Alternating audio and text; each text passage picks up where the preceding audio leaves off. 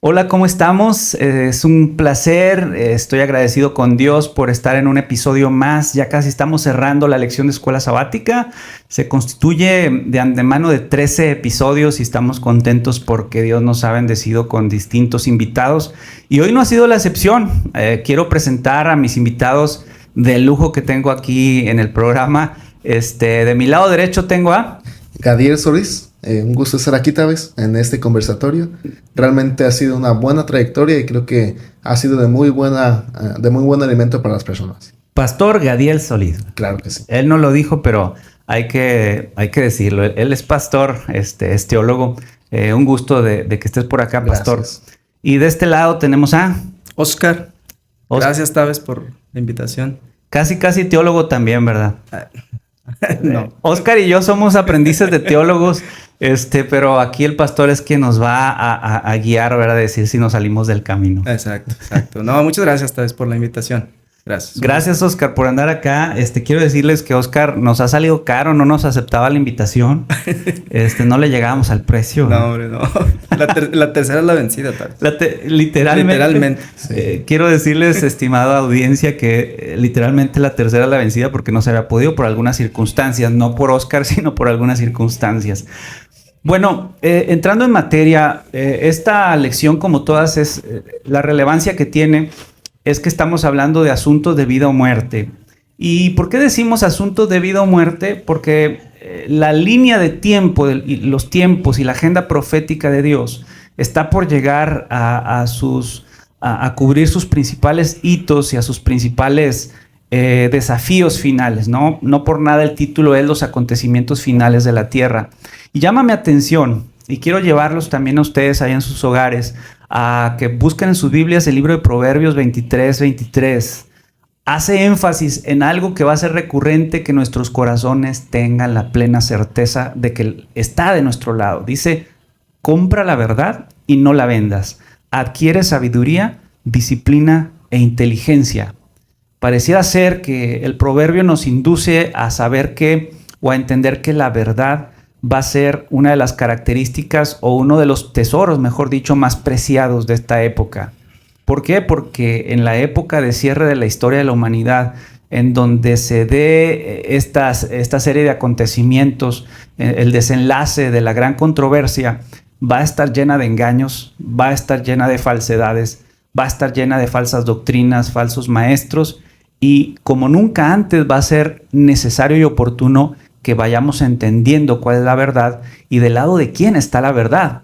De esta manera, los libros de Daniel y Apocalipsis, que muchas veces le sacamos la vuelta, nos trazan un camino de verdad en donde Dios quiere guiarnos por esa senda iluminada para que podamos obtener más sabiduría y tener a nuestro alcance la sabiduría divina, ¿verdad?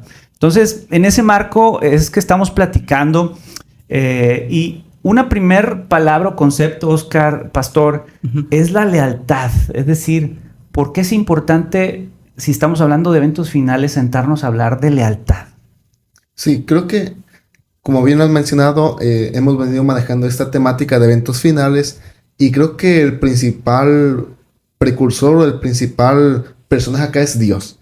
Entonces, para poder entender a Dios ocupamos, pues, primero aceptar lo que Él nos dice, porque si no lo aceptamos a Él, pues no lo vamos a entender por completo. Y creo que una de las mejores maneras para poder entenderlo es la Biblia. Y como citaste Proverbios 23, que dice así, compra la verdad y no la vendas, la sabiduría, la enseñanza y la inteligencia. Y en Juan 8:32 dice, y conoceréis la verdad y la verdad os hará libres. Ahora, ¿cuál es la verdad? Creo que mismo Jesús se responde, yo soy la verdad. Entonces, ya con esta temática tenemos que para poder entender el gran conflicto de forma impresionante y de forma exacta, hay que tener la Biblia. Un ejemplo que me gusta que usa Pedro en su segunda carta es que le está narrando la parte de cuando Jesús se transfigura, cuando ocurre ese evento. Y él dice, yo pues estuve con él, yo lo vi, yo lo palpé. Y dice, pero tal vez los 5 sentidos me jueguen mal. Tal vez los 5 sentidos no me den la información correcta. Y dice acá algo que lo voy a leer, lo cito textualmente. Dice, tenemos también la palabra profética más segura. Entonces, si nosotros entendemos la palabra profética y la aceptamos tal y cual como es, vamos a tener esa guía.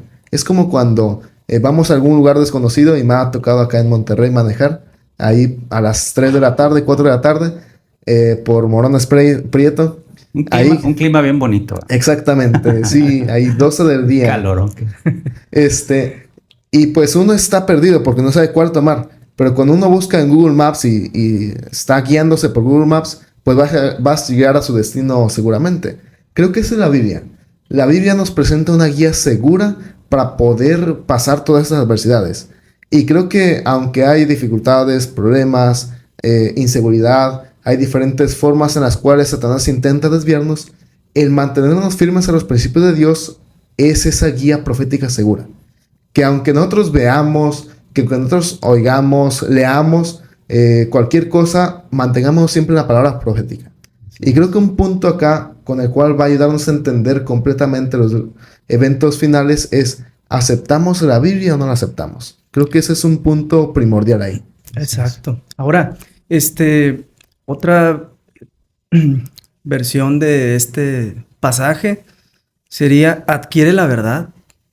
O sea, es decir, estamos en una época donde es muy difícil.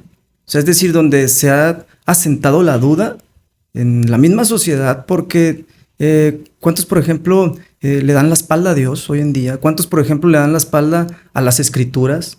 Y eso se ha asentado, tal vez, pastor. Entonces, la verdad es una persona y es Cristo Jesús. Es decir, no hay otro medio por el cual la persona pueda ser salvada sino hasta que conocen a Cristo Jesús. O sea, es decir, es el único medio por el cual tendrás la salvación. Y las Escrituras obviamente te llevan a esa persona y te llevan a Cristo Jesús. Pero en una sociedad donde está sentada la duda, tal vez. O sea, qué difícil, por ejemplo, hoy en las escuelas, ¿no? Cuando tristemente no está Dios, es decir, en la forma educativa, ¿no? Estoy hablando de escuelas seculares. Exacto, en lo secular. Pero nosotros que tenemos esta garantía, ¿no? De ir a las Escrituras y de no darle la espalda a Cristo Jesús, porque realmente esto también nos lleva a nosotros, en donde estamos parados, ¿no? Y realmente lo que me llama la atención de la parte del sábado, de la introducción, nada más para dar énfasis a eso, dice que se aproxima una tormenta de implacable furor. O sea, es decir, algo fuerte viene, ¿no? Y tenemos que estar asentados en la verdad, o sea, en Cristo Jesús. Así es, santifícalos en la verdad. En la verdad. Mi palabra es verdad. Es decir, entendemos entonces, Pastor Oscar, que la verdad o que Jesucristo está personificado en la verdad. Él es la verdad. Y para conocer a Jesucristo, pues su palabra. Y entiendo lo que dices, Oscar, porque es cierto, en la sociedad actualmente estamos bombardeados de cualquier cantidad de corrientes ideológicas, filosofías de pensamiento que estorban, y deja tú que estorban o contradicen, tergiversan también lo que Dios enseña en su santa palabra. Y no es casualidad porque es una de las artimañas de Satanás que ha utilizado siempre. Satanás siempre ha buscado engañar y cuando no lo logra, mezclar la verdad con el error o bien perseguir de forma coercitiva. En ese sentido, para estar seguros hacia el tiempo del fin, sabemos que va a haber un remanente especial, Oscar, que deberá estar sellado porque estará a punto o digamos va a estar en la antesala de llegar al cielo. ¿Qué podemos decir de este grupo especial y a qué se refiere de que deberá estar sellado previo a esta gloriosa esperanza de estar en el cielo? Así es. En el contexto del sellamiento hay una pregunta que se hace. La pregunta es la siguiente. Dice, porque el gran día de su ira ha llegado, ¿y quién podrá permanecer en pie? Apocalipsis 6. Exacto, Apocalipsis 6, 17. Y el capítulo 7 da introducción a este grupo de sellados. O sea, es decir, este grupo que permanecerá firme a pesar de las adversidades, a pesar de la tempestad que viene, pero que estarán sellados, estarán bajo la protección de Dios. O sea, es decir, hay una verdad. Ahora, en la corriente cristiana, decíamos el otro día, hablaba con alguien, y platicando acerca de las corrientes decíamos, bueno, una vez salvo, siempre salvo. O sea, es decir, eso lleva a que, decíamos, entonces Dios puede venir en cualquier momento. Ujú. No puede venir en cualquier momento, porque las profecías demandan ya cómo va a venir Jesús. O sea, es decir, está un cierre de gracia, están las 7 plagas y viene Jesús. Ese es el orden, esa es una verdad. El calendario profético. Exacto, es una verdad que está asentada. Ajá. Entonces, pero aunado a eso, hay un grupo de fieles que estarán sellados para poder pasar por este tiempo tan terrible.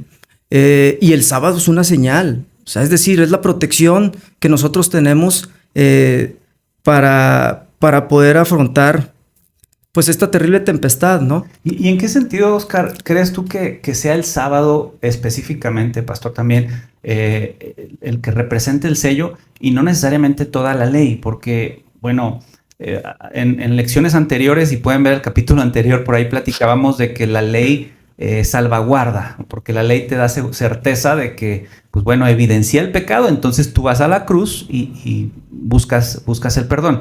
Pero ¿en qué sentido es el sábado el cuarto mandamiento y no toda la ley? ¿Por qué enfocarnos en el sábado? El sábado contiene el nombre de quién es nuestro creador,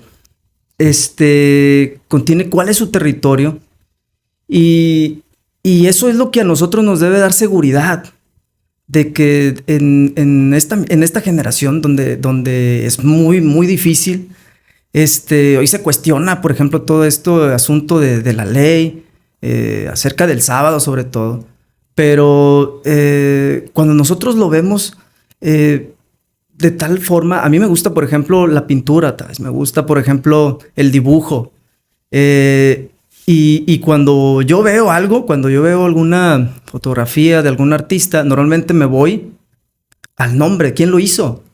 Yo veo los colores, veo las formas, veo el diseño y digo, wow, o sea, es impresionante esta obra. Cuando tú ves la creación, cuando tú ves los árboles, cuando tú ves las nubes, cuando tú ves los animalitos, los pájaros, el sol, el día, cuando tú ves todo eso, tú dices, wow, alguien debió de haber hecho esto. ¿Cuál es el nombre de él? ¿Quién hizo todo esto? Dios. Así es. Wow, o sea, eso a mí me llena de verdad,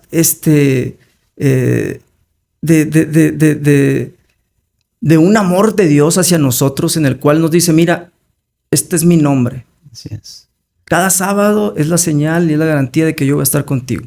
Y yo supongo que lo dices, Oscar, y estimados audiencia, pastor, por el hecho de que cuando, por ejemplo, el mensaje angelical, el Apocalipsis 14, cuando dice, temed a Dios y darle gloria porque la hora de su juicio ha llegado, y adorad a aquel que hizo los cielos, la tierra, el mar y las aguas, conecta de antemano con Éxodo 20, donde se habla del creador. 8 al 11, Entonces, es el creador, nosotros somos sus criaturas y el Señor como tú bien lo dices, ha firmado esa creación y dice, yo soy tu creador, yo soy. Si se trata de que el sello especial es el día sábado, bueno, ¿por qué decimos que es el sello? Pues porque se presenta en esos pasajes a Dios, primero su nombre, luego su cargo y luego lo que él posee. Y de esta manera funciona como un sello. Qué interesante posición, ¿no, pastor? Sí, creo que, bueno, yo lo veo desde el punto de vista de acá, de la parte de los sellados, ya que citamos Apocalipsis 7, vemos a la gran multitud ahí, y esos tienen una particularidad. Están vestidos con ropas blancas. Ahora, cuando vemos el Apocalipsis, pues el Apocalipsis es la revelación de Jesucristo. Vemos que los santos, los salvados tienen ropas blancas. Los ángeles tienen ropas blancas. Y cuando vamos al principio, Apocalipsis 1:5, dice, porque tú nos has lavado con tu sangre. Entonces, y dice Apocalipsis 7, y esos son los que han salido de la gran tribulación y han lavado sus ropas en la sangre del Cordero. Y el Cordero es Cristo. Ahora, lo conecto con Éxodo 28. Porque Éxodo 28 dice, acuérdate del día sábado para santificarlo. y da una serie de quienes deben guardarlo. El que está en tu casa, el extranjero, tu hija, tu hijo, tu siervo, tus animales. Y dice el 11, porque en 6 días hizo Dios los cielos y la tierra. O sea, conecta la ley con la parte del creador y conecta al creador con la redención. Y ahorita vamos a ver más adelante. Vemos que Cristo es adorado, 1, porque es creador, y 2, porque es el redentor. Y creo que eso se basa en la parte del sellamiento. Somos sellados por la sangre de Cristo. O sea, por la sangre de Cristo somos salvados y en consecuencia nosotros guardamos la ley. Y eso nos da la parte de ser sellados para Dios. Así es.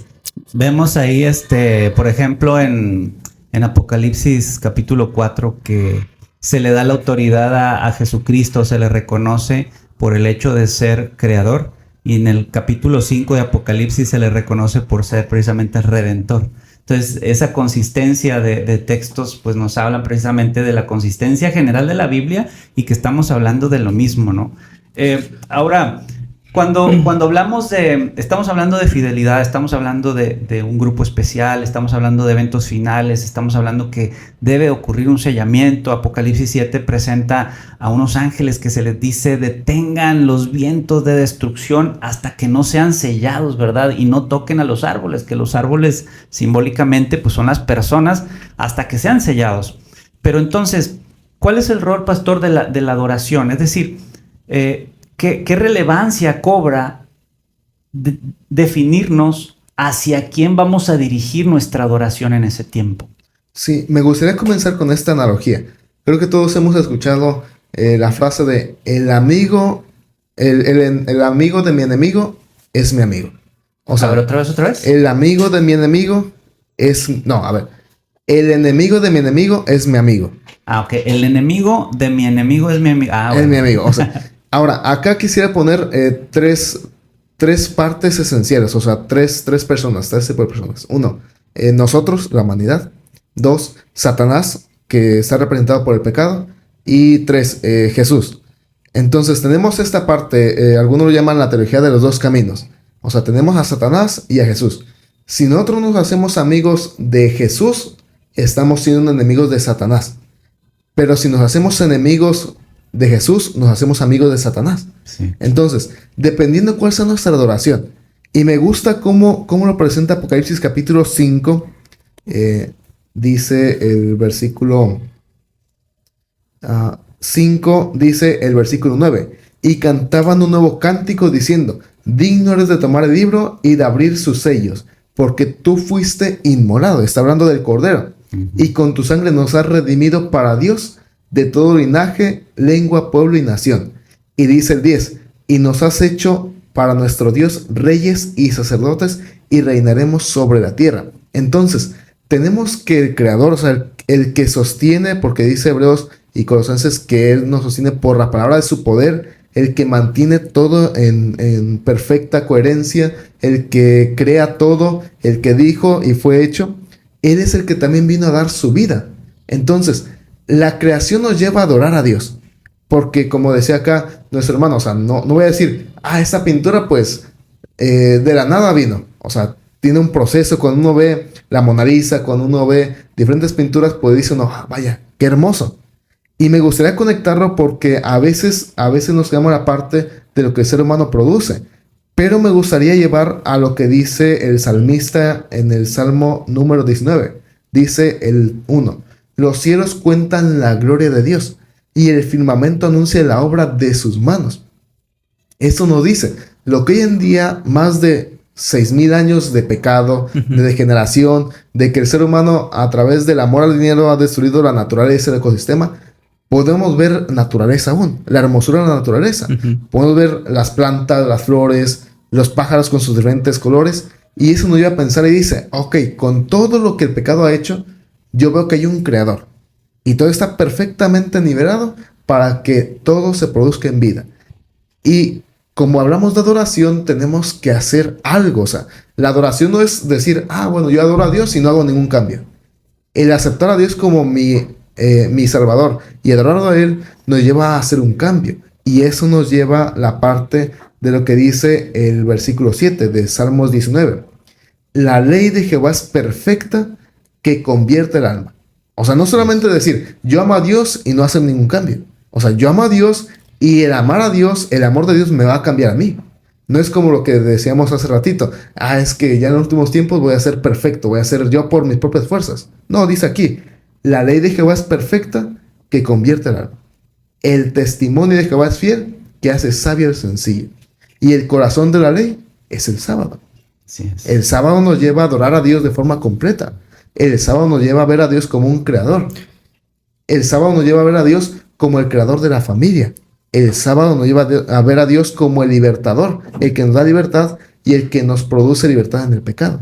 Entonces, creo que el ver a Dios como creador y adorar a Él nos lleva a hacer una serie de cambios. Una serie de cambios que no lo vamos a hacer nosotros por nuestra propia cuenta, porque no podemos. O sea, el que dice yo lo puedo hacer, está perdido.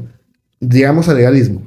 Pero el que va a Dios, se inclina, vacía su corazón, se humilla, cambia su corazón por causa de Dios. Sí.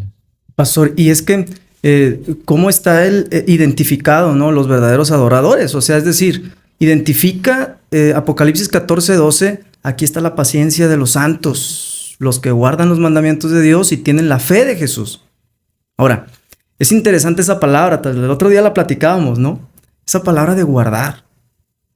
Esa palabra de guardar tiene que ver con atesorar, tiene que ver con valorar, con conservar. O sea, es decir, identifica a Dios a aquellos que han conservado aún los mandamientos de Dios y tienen la fe de Jesús. No la fe en Jesús, que es diferente, pero es la fe de Jesús, una fe basada en una conexión directamente con el Padre. O sea, es decir, es una adoración completa. Es una adoración que estará en el tiempo del fin y que realmente habrá dos bandos. Y la pregunta es, ¿seremos leales a quién? Uh-huh. ¿A Dios? En una época donde realmente va a estar difícil la situación. Pero las Escrituras identifican que este grupo será distinto porque realmente conservarán los mandamientos de Dios. Y cuando hablamos de los mandamientos estamos hablando de la moral, tal vez. Hoy en día donde la moral realmente está por los suelos. O sea, ¿cuánta inmoralidad no hay hoy en día? Ahora, por eso es que conserva la verdad, o sea, adquiere la verdad en una época en tal donde ha sido pisoteada la verdad. Pero por eso es que Dios va a tomar a este grupo especial para que entonces se dé este mensaje que es el mensaje del tercer ángel. O sea, y el mensaje del tercer ángel tiene que ver con Cristo nuestra justicia. O sea, tiene que ver con la separación del pecado, con nuestra moralidad. Eso es una verdad que está ahí. Sí es. Entonces, claro que la adoración juega un papel fundamental, porque del lado de quién vamos a estar tal vez. O vamos a adorar a Dios o vamos a adorar a la bestia y a su imagen en el contexto del cual estamos hablando, porque estamos hablando de Apocalipsis 14 y el contexto es el 13. Así es. Entonces, ¿de qué lado vamos a estar? Qué importante, por eso al inicio hacíamos un preámbulo y mencionábamos que son palabras de vida o muerte, porque nuestra sociedad, como bien comentas, Oscar, ha presentado una distorsión moral altamente significativa, y lo que a mí también me llega a preocupar muchísimo es que esta moral se ha relativizado demasiado. Así es. El tema de relativizar la moral es muy delicado, y mientras que Dios podemos argumentar que existe porque vemos los valores morales observables y palpables, podemos decir que Dios existe. El ser humano se ha encargado, o inspirados por Satanás, de distorsionar esa moralidad. Y más allá aún de lo que brilla en el centro del sistema moral del cielo, que es el cuarto mandamiento del cual estamos hablando. Entonces, yo escuchándolos, yo me quedo pensando, ¿por qué será tan complicado que las personas muchas veces acepten hacer cambios, como decía el pastor? O sea, la adoración tiene que ver con hacer cambios profundos y cambios que Dios espera que hagamos desde ahora, porque cualquiera podría pensar, pues espero, pues ahorita estamos tranquilos, no hay persecución, no hay situaciones complicadas, por lo tanto sigo mi vida tal y como... No es así, la fe no se forma de la noche a la mañana. La fe, y Oscar también hablaba y retomo este argumento, la fe en Jesús es diferente a la fe de Jesús. La fe que Jesús desarrolló en sus eventos finales, justo antes de morir, es la fe que sus hijos tendríamos que apuntar a desarrollar cuando sea el desenlace de los eventos finales de la historia y de los tiempos. Entonces, esa fe especial de Jesús que le ayudó a estar pegado con el Padre, es esa fe que tienen o tendremos que desarrollar también sus hijos, ¿no? Entonces, surge otra idea sobre la mesa, es el tema, Oscar, de la lluvia. La lluvia temprana y la lluvia tardía. En el lenguaje hebreo se hablaban mucho con analogías y metáforas relacionadas con la agricultura. Y pues bueno, dentro del sistema agrícola, pues llegaba la lluvia temprana que hacía empezar a germinar las primeras semillas, a fertilizarse en la tierra, pero posteriormente en la lluvia tardía se levantaba la cosecha, ¿no?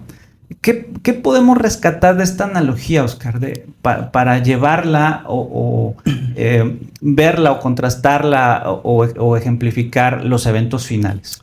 Así esta vez, bien lo mencionas, la lluvia temprana se daba en el otoño, cuando se germinaba la semilla, pero en la primavera llegaba la lluvia tardía para madurar la cosecha. Ahora, esto es un término profético porque es tomado para hoy en día para ver cómo es que será derramado el Espíritu Santo. Es decir, cuando nosotros vamos a los tiempos de los discípulos, cuando fue derramado en el Pentecostés el Espíritu Santo, tales fueron los resultados que en una predicación 3,000 personas, tal vez. Pastor, o sea, imagínate que hoy que predicaras tal vez en una iglesia y visitas y todas en la colonia. Es que hicimos aquí un evento, ¿verdad? Y toda la colonia se entregó a Dios. Qué bendición. ¿Por qué no vemos hoy en día esos grandes resultados? O sea, porque esos mismos milagros que ocurrieron allá van a volver a suceder en este tiempo final. Pero debe suceder algo. O sea, la lluvia temprana produce conversión, pero la lluvia tardía produce un carácter semejante al de Jesús. O sea, es decir, si nosotros no estamos preparados, es decir, en cuanto a nuestro carácter, porque tiene que ver con nuestro carácter. O sea, es decir, si nosotros seguimos teniendo malos hábitos, malos rasgos de carácter que deberíamos de cambiar desde ya, difícilmente vamos a recibir la lluvia tardía. Y cuando hablo de la lluvia tardía, obviamente estamos hablando del derramamiento del Espíritu Santo. ¿Y qué es el derramamiento del Espíritu Santo? Es un mensaje. Y ese mensaje, obviamente, es el mensaje que es el centro del corazón del mensaje de los 3 ángeles. Entonces, lo dice acá en Santiago, capítulo 5, versículos 7 y 8, y lo voy a leer, dice así. Dice, por tanto, hermanos, tened paciencia hasta la venida del Señor. Y caso curioso, ¿no? O sea, aquí está la paciencia de los santos. O sea, es decir, cómo resalta esta cualidad, esta virtud de este grupo, ¿no? De estos apartados, porque en realidad la palabra santos es aquellos que han sido apartados, ¿no?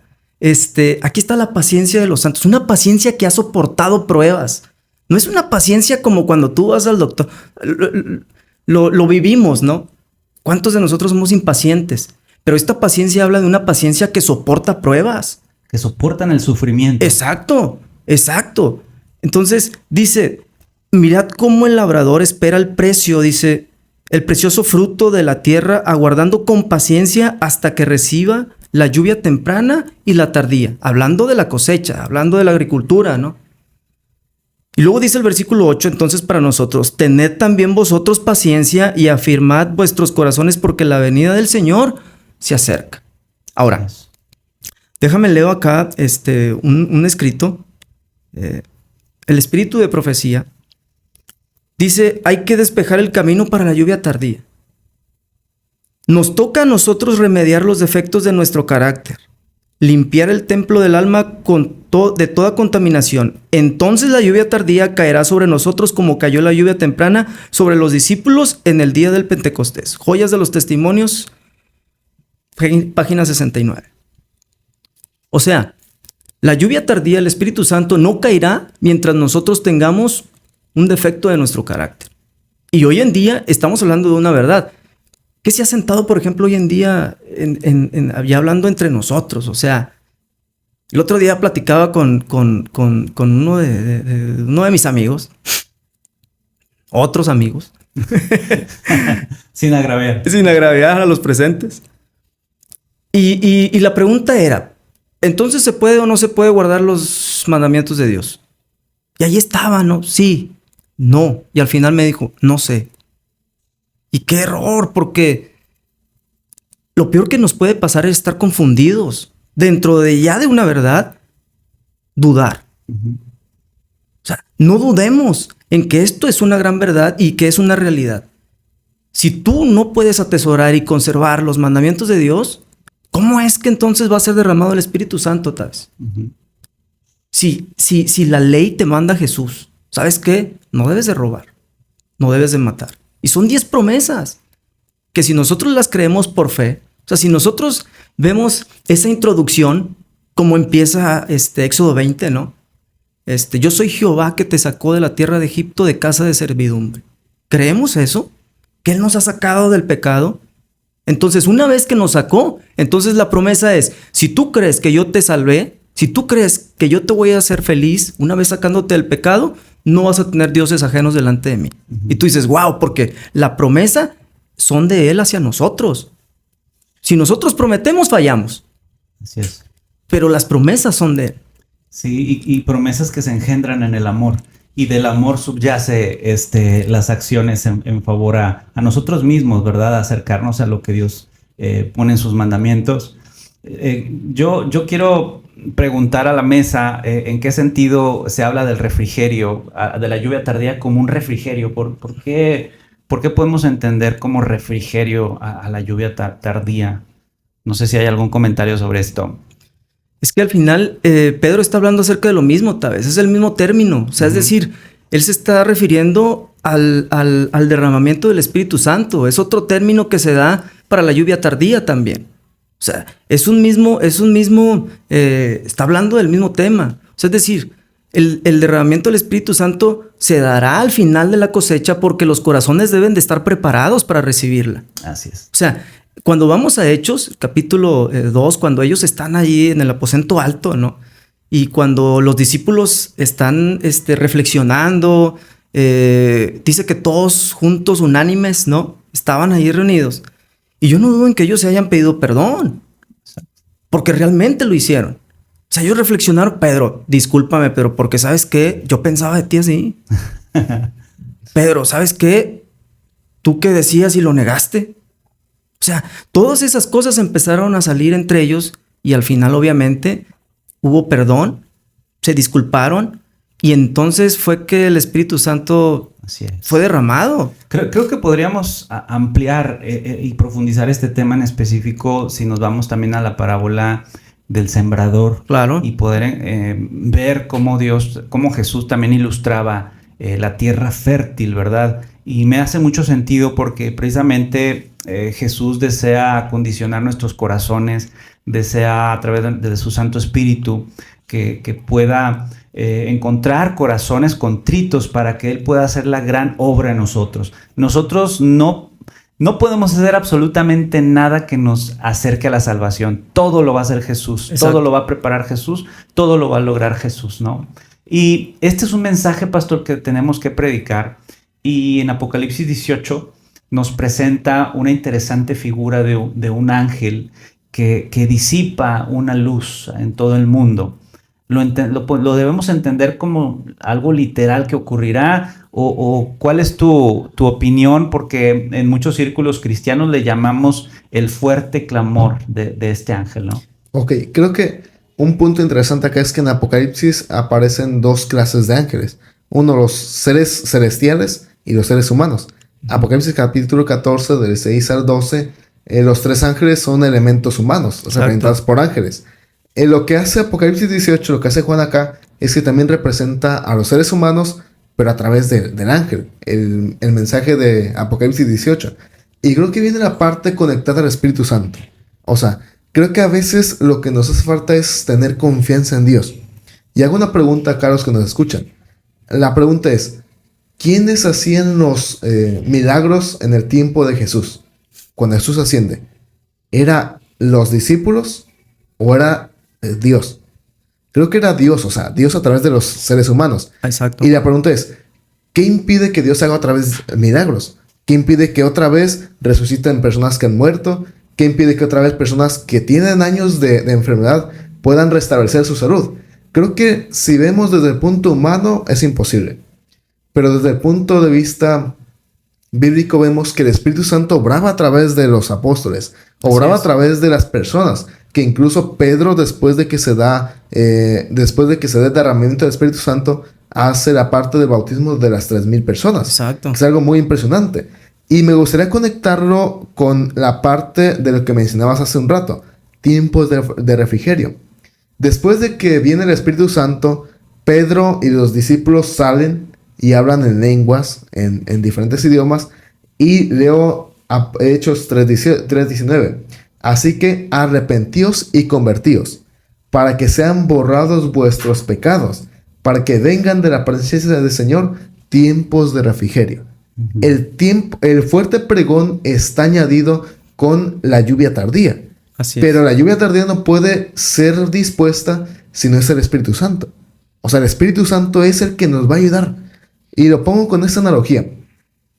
Creo que todos en algún momento hemos escuchado o hemos leído o tal vez alguien ha visto la parte de la expresión caballo de Troya.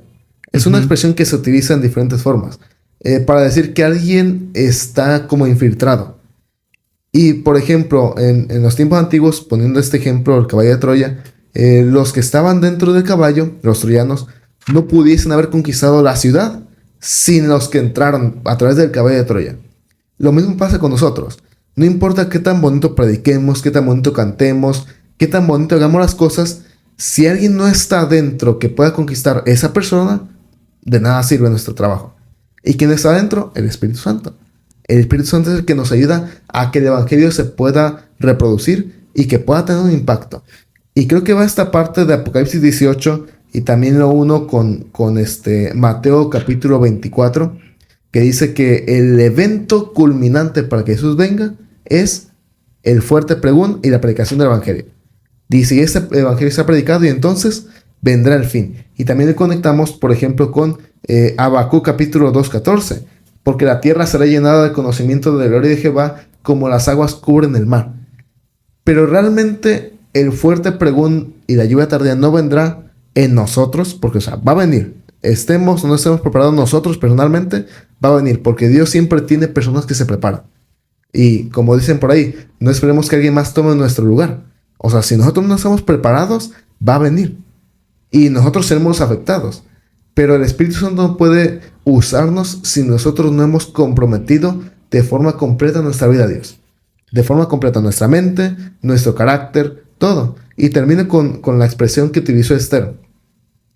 Si no somos nosotros, la salvación vendrá de cualquier lugar. Pero si nosotros no lo hacemos, nosotros no seremos parte de la salvación. La salvación vendrá. Exacto. O sea, Jesús viene por segunda vez. El punto es, ¿estaremos preparados nosotros para predicar el Evangelio y que otras personas puedan comprometerse a través de nuestra vida?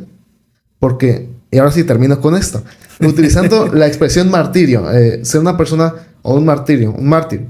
Muchas veces vemos a la historia y decimos, no hombre, pues Esteban, los que fueron apedrados, los que fueron quemados, aserrados, pues eran mártires. Pero da la parte de que la palabra mártir no tiene que ver solamente con una persona que se da para que sea muerta, no, sino que tiene que ver con testimonio. O sea, es martureo, la palabra testimonio, martureo. O sea, somos martirios o martirizados a través de nuestro testimonio. Y muchas personas solo van a ver nuestra vida y esa es la única Biblia que podrán leer, nuestra vida. Y la pregunta es, ¿está preparada nuestra vida para poder reflejar a Jesús? Para poder reflejar su carácter, y no solamente su carácter de no pecar, su carácter amoroso, sino también su carácter de preocuparse por otros, su carácter de ser corteses, su carácter de dar su vida por otros. Y creo que va al punto de que a veces, y pongo este ejemplo, son las 6 de la tarde, vivimos a 1 hora de tráfico, no de camino, de tráfico de nuestra casa. Nuestro jefe tal vez se molestó con nosotros, se nos borró la página de Excel, tal vez se nos derramó el café, se nos cayó, nos machucamos con la puerta y hay un calor intenso y nuestro clima no sirve y ya está a punto de salirnos hacia la calle para ir a nuestra casa y una persona se quiere meter. La pregunta es, ¿qué hacemos nosotros? Estrés, calor, hambre, mal genio, que a tu esposa se le acabó el gas, que no te sirve tu clima. O sea, ¿qué hacemos ahí? Y creo que va esa pequeña parte de paciencia, como comentabas hace rato. O sea, ser paciente, lo que presenta la Biblia no solamente es, bueno, pues espero en el consultorio médico, espero a que avance la fila, espero a que la persona pase y darle lugar cuando estamos conduciendo, sino que ser pacientes cuando hay problemas en el matrimonio, cuando hay problemas en las redes sociales, cuando hay problemas en el trabajo, en el trabajo, con los hijos, con los amigos, cuando te discutiste, cuando te pusieron una multa de alta velocidad. O sea, ser paciente en las pruebas y cuando tienes enfermedad. O sea, cuando tienes una enfermedad terminal, que no hay más que hacer, que estás sufriendo, que incluso no viene la muerte, está el sufrimiento, pero no viene la muerte. O sea, ser paciente en esa parte. Y todo eso se va a lograr si el Espíritu Santo está en nuestra vida.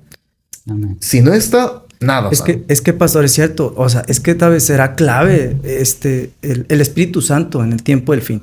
Ahora, aunado al mensaje del tercer ángel, está otro. O sea, es decir, hay un principio que de pronto y no lo vemos. Es el principio de la temperancia. O sea, Cristo en su vida fue una vida abnegada. O sea, hoy en día no hay control.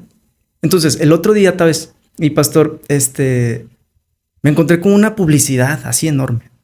Y decía, come lo que quieras, cuando quieras y a la hora que quieras. Qué irresponsable mensaje, ¿no? Es el mensaje que te está dando. Imagínate la persona. No tienes un control, porque cuando tú quieras, vas a comer lo que quieras. Quien domina su apetito, domina su carácter Y también. luego, exacto, y luego un refresco, un café y una dona de chocolate. O sea, el marketing, la publicidad, o sea, la sociedad. Y eso es, o sea, es decir, cuando analizamos eso realmente, ¿qué razón tiene Dios cuando se nos da a nosotros el principio de la temperancia? Porque realmente ese es el principio del mensaje de salud. No es solamente por cuestión de salud, sino es por cuestión de principio también. Y eso es una verdad que está para este tiempo. Es una verdad presente, tal vez. Así es. Entonces, no es por nada que nosotros... este mensaje es un mensaje preciosísimo que es las buenas nuevas. Es el evangelio eterno. Entonces, sin duda alguna, yo creo de verdad que el Espíritu Santo tiene que ser derramado para que entonces nosotros seamos testigos, como lo fue Pedro en la transfiguración. Es porque yo lo vi. Cuando nosotros ahora veamos todos estos acontecimientos que están sucediendo, pero también cómo es que Dios va a obrar para que todos tengan la última oportunidad de salvación en sus vidas, incluyendo las de nosotros mismos también. Entonces, no por nada tenemos que ser leal a Dios y a la palabra de Dios. En ese momento, alzad vuestras cabezas y ver que nuestra redención está cerca. Así es. Bien, qué interesante charla. Tenemos que terminar por cuestión de tiempo. Creo que estos dos comentarios han sido excelentes para ir cerrando y concluyendo. Me despido con esta idea. Conforme vaya acercándose la tempestad, muchos que profesaron creer en el mensaje del tercer ángel, del cual hemos platicado en esta mesa, pero que no fueron santificados, otra cualidad que hemos platicado en esta mesa, por la obediencia a la verdad, abandonarán su fe e irán a engrosar las filas de la oposición. Tenemos que aferrarnos, como nunca antes, a la palabra de Dios, a esta única salvaguarda que es lo que nos va a dar la victoria hacia el final. Que Dios nos bendiga y sigan escuchando el conversatorio, la lección de escuela sabática. Adiós. Listo.